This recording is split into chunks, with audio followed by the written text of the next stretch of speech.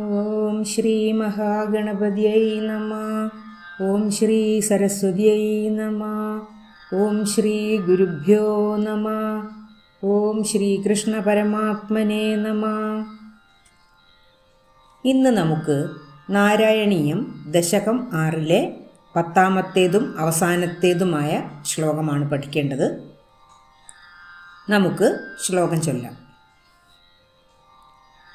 ഈദൃഗ്ജഗന്മയവപുസ്തവ കർമ്മഭാജാം കർമാവസാനസമയേ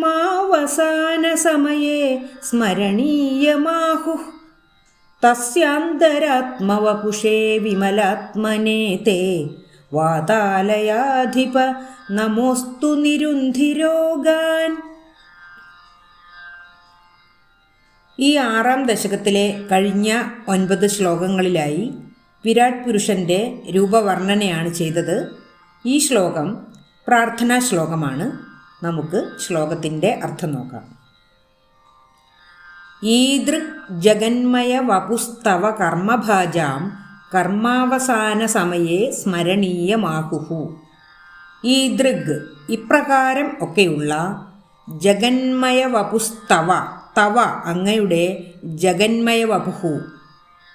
ജഗന്മയം എന്നാൽ ജഗത് രൂപം ആയിരിക്കുന്ന അല്ലെങ്കിൽ ലോകരൂപം ആയിരിക്കുന്ന വിശ്വരൂപ സ്വരൂപം ആയിരിക്കുന്ന വപുഹു ദേഹം അല്ലെങ്കിൽ ശരീരം. ഇപ്രകാരം വിശ്വരൂപ സ്വരൂപമായിരിക്കുന്ന അങ്ങയുടെ ദേഹം കർമ്മഭാജാം കർമ്മത്തെ ആശ്രയിക്കുന്നവർക്ക് അല്ലെങ്കിൽ കർമ്മ നിയമത്താൽ ബന്ധിതരായവർക്ക്, നമ്മൾ ചെയ്യുന്ന കർമ്മങ്ങളുടെ ഫലമാണ് നമ്മൾ അനുഭവിക്കേണ്ടി വരുന്നത് എന്ന കർമ്മനിയമം അനുസരിക്കുന്നവർക്ക് കർമാവസാന സമയേ അവരവരുടെ കർമ്മങ്ങളുടെ അവസാന സമയത്ത് അവരവരുടെ പൂജാതി കർമ്മങ്ങളുടെ അവസാനത്തിലും ജീവിതത്തിലെ കർമ്മങ്ങളുടെ അവസാനത്തിലും ജീവിതത്തിൻ്റെ അവസാനത്തിലും സ്മരണീയമാഹുഹു സ്മരണീയം ഓർക്കുവാൻ അല്ലെങ്കിൽ ധ്യാനിക്കുവാൻ ആഹുഹു യോഗ്യമാണെന്ന് പറയുന്നു. ഇപ്രകാരമൊക്കെയുള്ള ലോകസ്വരൂപമായിരിക്കുന്ന ഭഗവാന്റെ ആ വിരാട് സ്വരൂപ ദേഹം കർമ്മഫലത്തെ ആശ്രയിക്കുന്നവരായിട്ടുള്ളവർക്ക് അവരവരുടെ പൂജാതി കർമ്മങ്ങളുടെ അവസാനത്തിലും ജീവിതത്തിൻ്റെ തന്നെ അവസാനത്തിൽ കർമ്മങ്ങൾ ഒടുങ്ങുന്ന സമയത്തും ധ്യാനിക്കുവാൻ യോഗ്യമാണെന്ന് വേദജ്ഞാനികൾ പറയുന്നു. തസ്യ അന്തരാത്മവപുഷേ വിമലാത്മനേ തേ വാതാലയാധിപ നമോസ്തു നിരുന്ധിരോഗാൻ.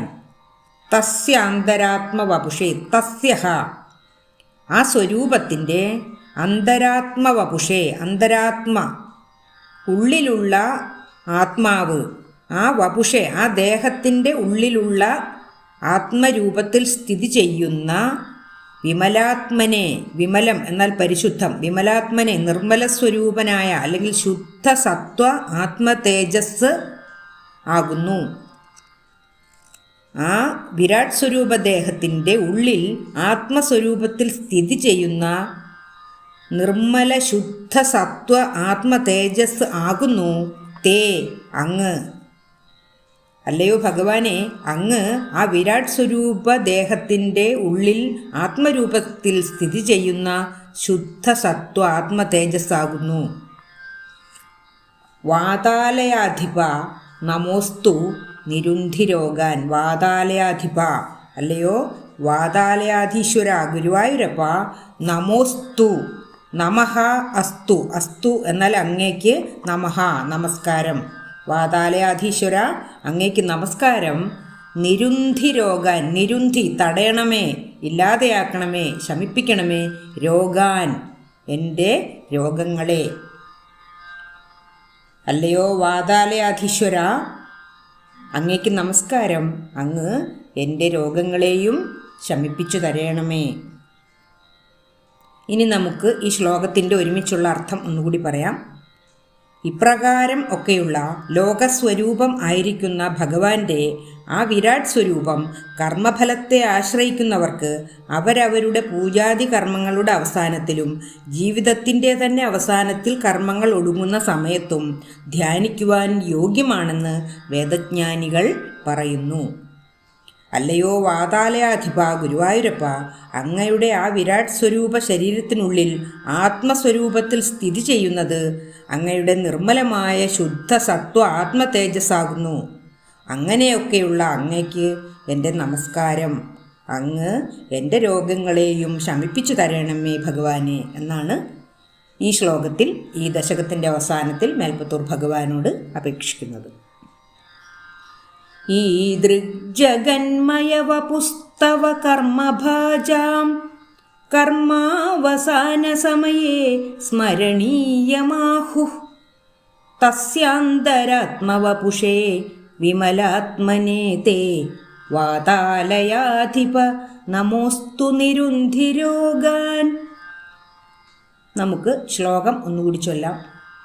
ഈ ദൃഗ്ജഗന്മയവപുസ്തവ കർമ്മഭാജാം കർമാവസാന സമയേ സ്മരണീയമാഹുഃ തസ്യാന്തരാത്മവപുഷേ വിമലാത്മനേ തേ വാതാലയാധിപ നമോസ്തു നിരുന്ധിരോഗാൻ. ഈ 6ാമത്തെ ദശകം ഇവിടെ അവസാനിക്കുകയാണ്. അടുത്ത ദശകം ഇനിയുള്ള വീഡിയോയിൽ ചെയ്യാം. സർവത്ര ഗോവിന്ദ നാമ സങ്കീർത്തനം ഗോവിന്ദ ഗോവിന്ദ. ഓം ശ്രീകൃഷ്ണ പരമാത്മനേ നമഃ.